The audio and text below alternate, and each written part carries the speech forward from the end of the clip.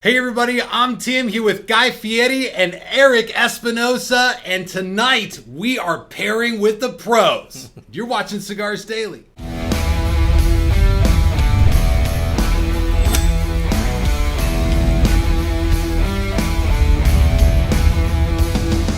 Hey, get a whole lot more out of this content when you join the community on Cigars Daily Plus, because right now we are about to treat our taste buds and hopefully yours to some amazing combinations, compilations of flavor, the kind of stuff that will send your palate soaring. And we have got in the house the Knuckle Sandwich Cigars from Guy Fieri, from Espinosa Cigars, and we're going to pair these right along with Santos Tequila, which is your line of tequila, and right. you have a partner in this as Sammy well. Hagar, yeah. Sammy Hagar. So as I got Erik in the world of cigars, I got Sammy in the world of tequila. Sammy is not just a great musician and a great composer and a great writer and all that. Sammy is also what I call is the godfather of tequila. He was making great tequila right? before any celebrity ever did any kind of booze. Maybe some celebrities had done wines and so forth, but Sammy really was this,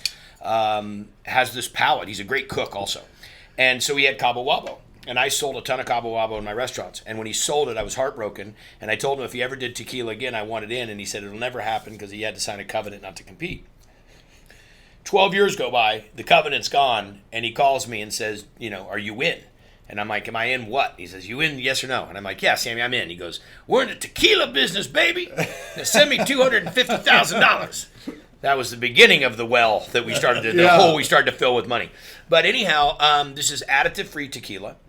Santo means the saint. Sammy would drive by in Mexico, where his house is down in Cabo, and he would drive by and he saw this cross. Someone had lost their life on the side of the road, and someone put this cross up, and this agave started to grow up around the cross. And he was so taken by it, he kept watching it grow through the years, and he went and got the tattoo of it.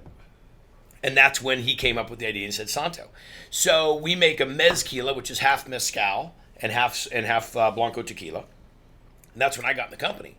And because I'm not a big mezcal fan. It's a little too smoky for me, talking from a guy that smokes. But it was just a little too much smoke.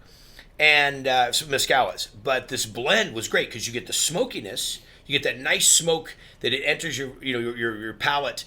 And then you get the nice clean finish of the blanco. And I said, hey, if the Blanco is that good in this mezquila, let's do some Blanco. So we started the Blanco. Well, the Blanco turns into the Reposado, because the Reposado means rested, and so that's 3 to 6 months rested in an old whiskey barrel. And then the Reposado goes into the Añejo, which is a year of that same rest in the barrel. But the thing is we're additive-free. And additive-free tequila is really something that is not as common as you imagine, because 7% of tequilas in the world are additive-free. 7%. 7% of all tequilas manufactured are additive free. And what additive free means is the only thing in that barrel or in that bottle is the Weber Blue Agave. Now, to be a tequila, you have to be made in tequila. You have to be 51% Blue Agave. This is 100% Blue Agave. There's no sugar, there's no flavor, there's no coloring, there's no nada. No way. That's it. For real. This is sweet, smooth, brimming with flavor. That's it. So what happens is, and you know this because you pick this up in cigars so well, you get what you pay for. Well, just because we're doing it additive free, and we tell everybody we are not a celebrity tequila. We just happen to be a tequila made by a couple guys. One's a cook and the other plays a guitar. We don't want the celebrity brand on it. Matter of fact, you won't see on this bottle. You won't see our names on it. I signed yours. On this one, this is the Guy and Sammy. This is how tiny our signature is on it. Just right on the back. But it doesn't say, that Sammy and Guy own this. So what happened is and tequila needs to be treated with respect. So I'll give you the example. You're not asking for a tequila lesson, but since your viewers are so into knowledge and knowledge, they're is shopping power, for a bottle on their phone while I they're love watching this. Yeah. So what happens is the Weber Blue Agave, when it grows, and the piña, that's the base of the tequila when the leaves come off it, when it grows, if it grows in 6 years this big, in 8 years it grows that big. I mean, maybe an inch bigger. So why do you want to wait 2 more years for something to get any bigger? It's not waiting for it to get bigger. You're waiting for it to get ripe. Because if you pick an apple off the tree that's not ripe and you try to make an apple pie with it, you're going to have to add a bunch of sugar to make it work. Yeah. You're going to have to fight that acidity. Well, the same thing goes. If the fruit's not ripe, if that cactus is not ripe, then when you go and mash it and cook it, and ours is double cooked, and then, and then we go into the distillation, if it's not ripe, then we're going to have to fix it or kiss it. Same thing would go with a cigar. That's why people started playing games in cigars. But Sure. So what ends up happening is you take you distill it, then this never touches, the Blanco never touches any wood. It goes right into the bottle. Wow. So when you go into a bottle with unripe fruit and it's clear, what are you going to do to it? Well, you're going to have to kiss it, not ours. Ours is only, so then we take that perfectly made tequila that is of ripe fruit, and then we put it in the reposado, and then it gets a little kiss. Well, a lot of times you'll see reposado that are this dark. There's no way it gets that dark when it's only been in a barrel for 3 to 6 months. And then when it goes in for a year, you'll see it get as dark as this, as this Habano. Yeah. And there's no way that happens. Yeah. Because colors and flavors are added. Now, do not get me wrong. I'm not into the shame game. I'm not into downplaying people. Smoke what you want to smoke. Drink what you want to drink. But knowledge is power, and it's nice to know where things come from. So our Añejo, for instance, was in the barrel for 2 years, almost 2 years. And at a year, when it was done, we thought, okay, let's go. We tasted it, and it wasn't añejo enough. It didn't have the silkiness, didn't have the caramels, it didn't have the vanilla, it wasn't mellowed out, hadn't smoothed out. And we lose a lot. We lose 20% when it stays in the barrel because it evaporates inside of the barrel, through the wood. And so as that went on, someone in the group had said, well, maybe we just, kiss it a little bit. And like, bullshit. We're not changing horses in the middle of the stream. We've been additive free, and we weren't doing it to be additive free. We just weren't going to do something that was not Sammy and Guy. And so that actually stayed in the barrel almost for 2 years to get to the color and to get to the note we're at. But the reason that you'll notice such a difference, and I want you to try this against any of your favorite tequilas. A lot of times you'll taste these tequilas and you'll go like, wait a second, why does that taste so clean? And why does it not stick to my tongue? Because we don't put glycerin in it to make it seem silky. We don't put vanilla in it. We don't put any sugar in it to make it. And you'll notice the difference of when you taste something that's been made in a factory and something that's been made by your grandma. Yeah. Night and day difference. This is clear. So this is what you guys get when you look to the top tier with most brands. It's only affordable or available at the top tier of what they make. A lot of guys who, if you're a whiskey guy or bourbon or scotch guy, you go to the Macallan 12 year because there's that extra level of refinement. And it starts off this way with Santos. And so what I want to know from you guys is in terms of flavor, what you're getting out of this, especially out of the cigar and out of the beverage. Pairing is one of the it's quintessential parts of the cigar experience. You take two flavors, you mash them up, and you create a new experience. So for you, as you sit here and smoke a knuckle sandwich and you're having the Santos, the single barrel rasparado, I mean, what do you taste and what kind of flavors marry here for you that stand out? So smoking, and I'm pairing this the way I wanted to. That's why I didn't crack the Añejo, because the Añejo I would go into the Habano or the Maduro. This is definitely your deeper, richer tones. This is where you're getting that silkiness. This is where you're getting that we talk about leather. You get that same kind of heavier, coffeeier, chocolatey notes in both. And there really is a simpatico. There really is a balance between the two. This, you're getting more of the agave, you're getting more of the earth, you're getting the lighter tones, getting some citrus. Where the same thing you're getting in this. This is a little bit lighter, a little bit fresher. This is getting a little bit more, what's the tobacco term? I get stuck in tequila thinking. This is a little bit more of the, not that it's a citrus note, but it's a little bit more of a, but lighter licorice. Okay. Yeah. Okay? Yeah. So, but everything on the lighter level. You're getting it, you're just not getting it as heavy. It's a Connecticut.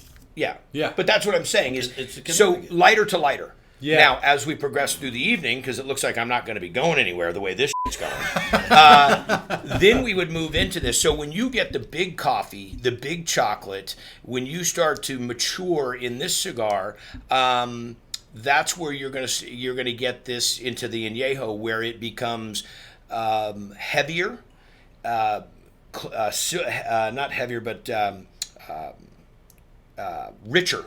thicker. Yeah. Okay, the smoke's a little bit thicker the darker the cigar. Like when you get into this Habano, I feel the smoke is heavier. You slow down in the process, so it's that. I find so many similarities. I mean, people say they get it in cognac and they get it in brandies and they get it in scotches and cigars. I think cigars and tequila are the same thing. Now, for me, it's a very different experience here because we're drinking the same tequila, but he's smoking the Connecticut, and I've got the Maduro Knuckle Sandwich, which is, a great powerhouse cigar. It's one of the reasons. I got to get you the Gordo, man. I don't know if you're a big ring gauge guy, but when you smoke one of those big ones, I mean, it is. Sometimes the size hits just right, but this pairing right here is so great because this is, everything you described. There's a little bit of citrus. It's very silky. It's very smooth. It's very earthy, and then along comes the Maduro with all the powerhouse. Somehow doesn't toast out what I'm getting from the tequila. It's still present enough on the tongue that I just like. Both flavors are satiating in their own rights and stand right next to each other. It's a beautiful thing. Did you just drop satiating on us? This guy's vocabulary kills me. Satiating is one of the number one things we talk about, and that's one of my favorite. That's like my mic drop in food tasting comments. Is satiating. It's the search for a flavor that quenches the whole palate. And then over there, Eric, you're smoking. Which one are you smoking? I'm smoking the Maduro. You're smoking the Maduro too, and you got the tequila. I tell you what, I'm not a big tequila guy. I got into tequila. He got me into tequila. I tell you what, first thing I can describe this, smooth. Smooth. Like we said, that extra level of refinement. It's smooth. And is this the new bottle? Yeah. Okay. So well, here's one of the things that we talk about with smooth. If again, something that is not ripe is going to be acidic, is going to be a little bit bitter. Yeah. And that's what, anytime, if you've ever bit into a green apple and you're like, it's a little too much Granny Smith.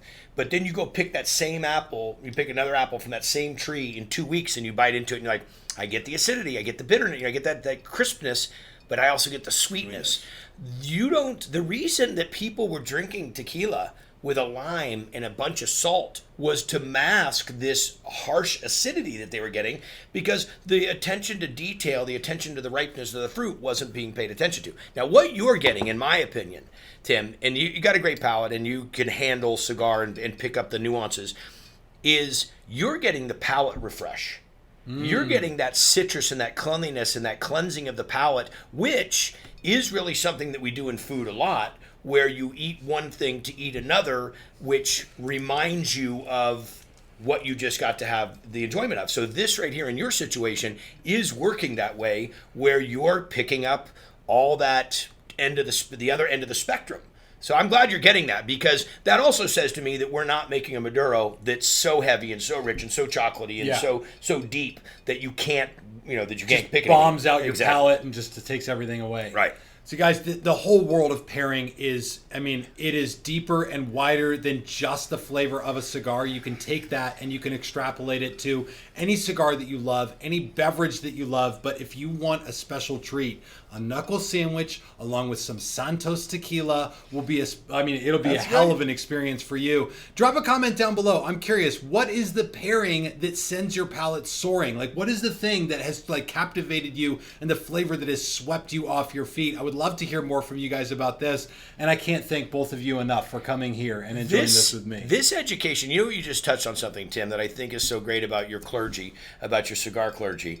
That's a nice word. It really is. This guy, the vocabulary and the passion that you have is addictive. Is sit around with one another and talk about it. I've heard some of the most obscure comments or statements about what someone tastes in tequila, and I'm like, what? What did you get in there? You got lanolin? And then I'll taste it, and I'm like, what does lanolin taste like? And then I'll smell You're Googling it, yeah. And I'll go, I do get fresh linen. That does have I do pick this, a tangerine. I do pick up tangerine. Now, where the hell does tangerine make it in Mexico? Make it to a Weber Blue Agave? But the thing is that you're sharing with people is when you talk about it and you do these compare and contrast, nothing is wrong. Nobody's ever wrong. I tell people all the time, just quit this. Like, I don't know how to, I don't know what to say. It's not a test. It's just what your feelings are, and sometimes that comment that you'll make will invoke the imagination of the other person, and that's part of the education. Absolutely. You can trust your palate, and you can trust the recommendations people Right. make to you. Drop your guys' comments down below and get a whole lot more out of this video when you guys join the community on Cigars Daily Plus. I want to be respectful of your time, but thank you so much. You're Guy. awesome. And I think Erik, the thing that I hope people will do, I hadn't heard of your sermons, and I do love this, dude. I'm even more of a fan now. That please pass this along. Share the videos with one another and pass this along to them. And like I told you, my manager, Reed Strath, Reed sent me it and said, you got to check this guy out. This guy knows his shit. And I think that everybody thinks, oh, God, I enjoyed it. The way to give him the power and the way to see this continue to grow and the way for you to continue to expand upon this never-ending quest of knowledge is for people to share it and get more viewers. So Thank you. I'm a fan. I'll be passing along the message. Thank you. And everybody watching, thank you again. This is Tim and Guy and Erik. We are all signing off for Cigars Daily, and I will see you in the comments.